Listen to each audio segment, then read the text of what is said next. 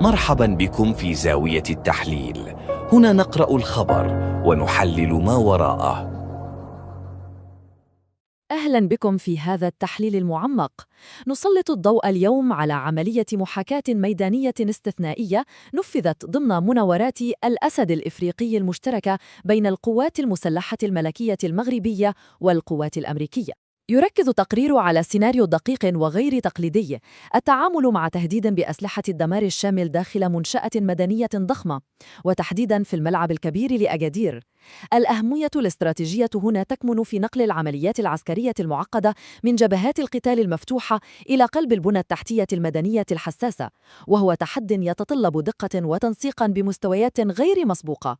تتوزع محاور هذا التحليل على 4 نقاط رئيسية. نبدأ بنظرة عامة على تمرين الأسد الإفريقي، ثم ننتقل لتفاصيل التهديد الكيميائي وعمليات الإخلاء. بعد ذلك نتابع إجراءات إزالة التلوث وتفكيك المتفجرات، لنختتم بالدلالات الاستراتيجية والجاهزية لاستضافة الحدث العالمي كأس العالم. المحور الأول يضعنا أمام الصورة العامة لتمرين الأسد الإفريقي وكيفية هيكلة هذه الاستجابة التكتيكية المشتركة. لإدارة أزمة بهذا الحجم، اعتمد التخطيط على توزيع صارم ودقيق للمهام التشغيلية. القوات الخاصة كلفت فوراً بعزل المحيط وتحييد أي مشتبه بهم، مع تأمين عمليات إخلاء المدنيين. في الواجهة التقنية، تولت الوحدة الأولى للإغاثة والإنقاذ التابعة للقوات المسلحة الملكية المهمة الأخطر، وهي الرصد الكيميائي وتحديد طبيعة المادة السامة. وبموازاة ذلك، انتشرت فرق إبطال المتفجرات للتعامل مع أي تهديدات ثانوية، بينما كانت وحدات التحقيق الجنائي على أهبة الاستعداد لتحليل مسرح الحادث وجمع الأدلة فور الإعلان عن تحييد الخطر المباشر. لفهم حجم هذا التحدي، يجب مقارنة التهديدات المعتادة بتلك غير التقليدية. في الوضع الطبيعي، تقتصر الجهود الأمنية في الملاعب على السيطرة على الحشود أو معالجة حوادث الشغب المعزولة، لكن في هذا السيناريو التهديد يتمثل في تسرب كيميائي صامت وغير مرئي يتنقل بسرعة بين المدرجات. هذا التحول الجذري في طبيعة التهديد يفرض تدخلاً عسكرياً مباشراً، نظراً لقدرته على إحداث خسائر تفوق بكثير قدرات أجهزة الأمن المدنية المعتادة. ننتقل الآن إلى المحور الثاني، والذي يوثق اللحظات الحاسمة للتعامل مع التهديد الكيميائي وإدارة عمليات الإخلاء الطارئة. التسلسل الزمني للاستجابة اتسم بالسرعة والحزم. الخطوة الأولى بدأت فور رصد مؤشرات التهديد داخل المدرجات، ما استدعى انتقالاً فورياً للخطوة الثانية المتمثلة في الإغلاق الكامل والصارم لجميع المنافذ لمنع توسع دائرة الخطر. بمجرد تأمين المحيط، بدأت الخطوة الثالثة عبر إخلاء المدنيين بانتظام من خلال مسارات آمنة ومحددة مسبقاً. وأخيراً، تقدمت فرق التدخل التكتيكي لتفتيش البنية التحتية بدقة وتحييد أي عناصر مشتبه بها داخل أرضية الميدان، لضمان السيطرة المطلقة على المصدر. العمليات في البيئات الملوثة كيميائياً تحمل مخاطر قصوى للكوادر البشرية، وهنا يبرز الدور الحاسم للتكنولوجيا المتقدمة. البيانات المستقاة من التمرين تؤكد أن الطائرات بدون طيار قدمت صوراً وبيانات دقيقة في الوقت الفعلي من داخل المناطق الشديدة التلوث. هذا الاستخدام التكتيكي مكن القيادة من التقييم الدقيق لحجم التلوث الكيميائي وتوجيه الفرق ميدانياً دون تعريض حياة أي عنصر من عناصر الاستجابة للخطر المباشر. المحور الثالث يسلط الضوء على العمليات الفنية المعقدة التي تلت عملية الإخلاء، وتحديداً بروتوكولات إزالة التلوث وتفكيك المتفجرات. الاستجابة الطبية والكيميائية نفذت وفق جدول زمني دقيق وصارم. في الدقيقة الصفر تولت وحدات الاستطلاع أخذ العينات لتحديد طبيعة المادة الكيميائية بدقة، وبحلول الدقيقة 15 تم إنشاء ممرات ميدانية مخصصة لعمليات التطهير وإزالة التلوث.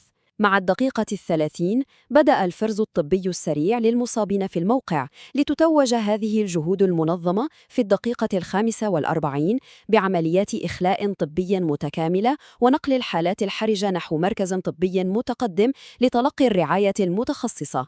لزيادة تعقيد المشهد وإضفاء طابع الواقعية الصارمة على المحاكاة، ظهر تهديد مزدوج.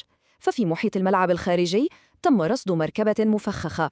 تعاملت فرق إبطال المتفجرات مع هذا التهديد الموازي باستخدام تكنولوجيا روبوتية متطورة وأنظمة تحكم عن بعد، مما سمح بتشخيص وتفكيك العبوة الناسفة بأمان تام.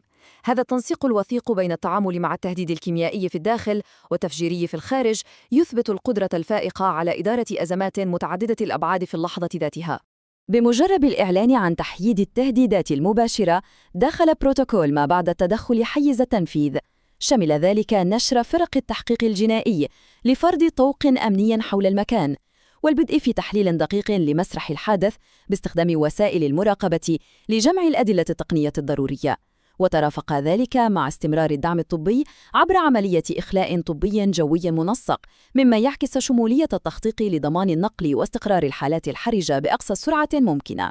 نصل الآن إلى المحور الرابع والأخير، والذي يضع هذه التدريبات التكتيكية في سياقها الاستراتيجي الأوسع، وهو الجاهزية الأمنية الشاملة لاستضافة كأس العالم. الهدف الجوهري من هذا التنسيق هو تحقيق المفهوم العسكري المعروف بقابلية التشغيل البيني. نتحدث هنا عن المعيار الحاسم الذي يقيس قدرة قوات مسلحة تنتمي لدول مختلفة، المغرب والولايات المتحدة في هذا السياق، على دمج أنظمة الاتصال وتوحيد العقائد التكتيكية وتنفيذ عمليات مشتركة بأمان وفعالية تامة في ظل ظروف واقعية بالغة التعقيد، وهو ما تم اختباره والمصادقة عليه بنجاح تام. النتائج التشغيلية لهذا التدريب جاءت لتؤكد هذا النجاح. المنظومة أثبتت مستويات عالية من قابلية التشغيل البيني ونجاحاً ملموساً في التنسيق متعدد الأطراف. الأهم من ذلك، تم التحقق عملياً من فاعلية خطط الاستجابة المصممة لسيناريوهات تحاكي الواقع وتثبت كفاءة مختلف مكونات الاستجابة المغربية في التصدي لأعقد التهديدات الأمنية، بما فيها التهديدات غير التقليدية داخل الفضاءات المدنية. تكتسي هذه المعطيات أهمية استراتيجية بالغة بالنظر إلى الاستحقاقات القادمة، حيث تقترب المملكة المغربية من استضافة الحدث الكروي الأبرز كأس العالم 2030. نجاح هذا التمرين يمثل رسالة طمأنة دولية ومصادقة حقيقية وموثوقة على متانة البنية التحتية الأمنية والعسكرية للبلاد. إنه يؤكد أن الاستعدادات تشمل بناء درع أمني متطور قادر على توفير أقصى درجات الحماية لملايين الجماهير والتعامل مع أي سيناريوهات افتراضية مهما بلغت درجة خطورتها. في الختام، يضعنا هذا التحليل أمام تساؤل استراتيجي جوهري. فمع التوسع المستمر في حجم الفعاليات الجماهيرية الدولية وتطور طبيعة المخاطر الأمنية، لم يعد تأمين الملاعب مقتصراً على الإجراءات الشرطية التقليدية. بناءً على مخرجات هذا التمرين المشترك، يطرح التساؤل بجدية عما إذا كانت الجاهزية العسكرية المتقدمة للتعامل مع أسلحة الدمار الشامل قد تحولت من مجرد سيناريو افتراضي لتصبح معياراً دائماً وضرورة حتمية في تنظيم وتأمين أي حدث عالمي مستقبلي. سؤال مركزي يحدد مسار المنظومات الأمنية العالمية في السنوات القادمة. إذا أعجبك هذا النوع من التحليل، لا تنسى الاشتراك في القناة وتفعيل زر الإعجاب، وشاركنا رأيك في التعليقات.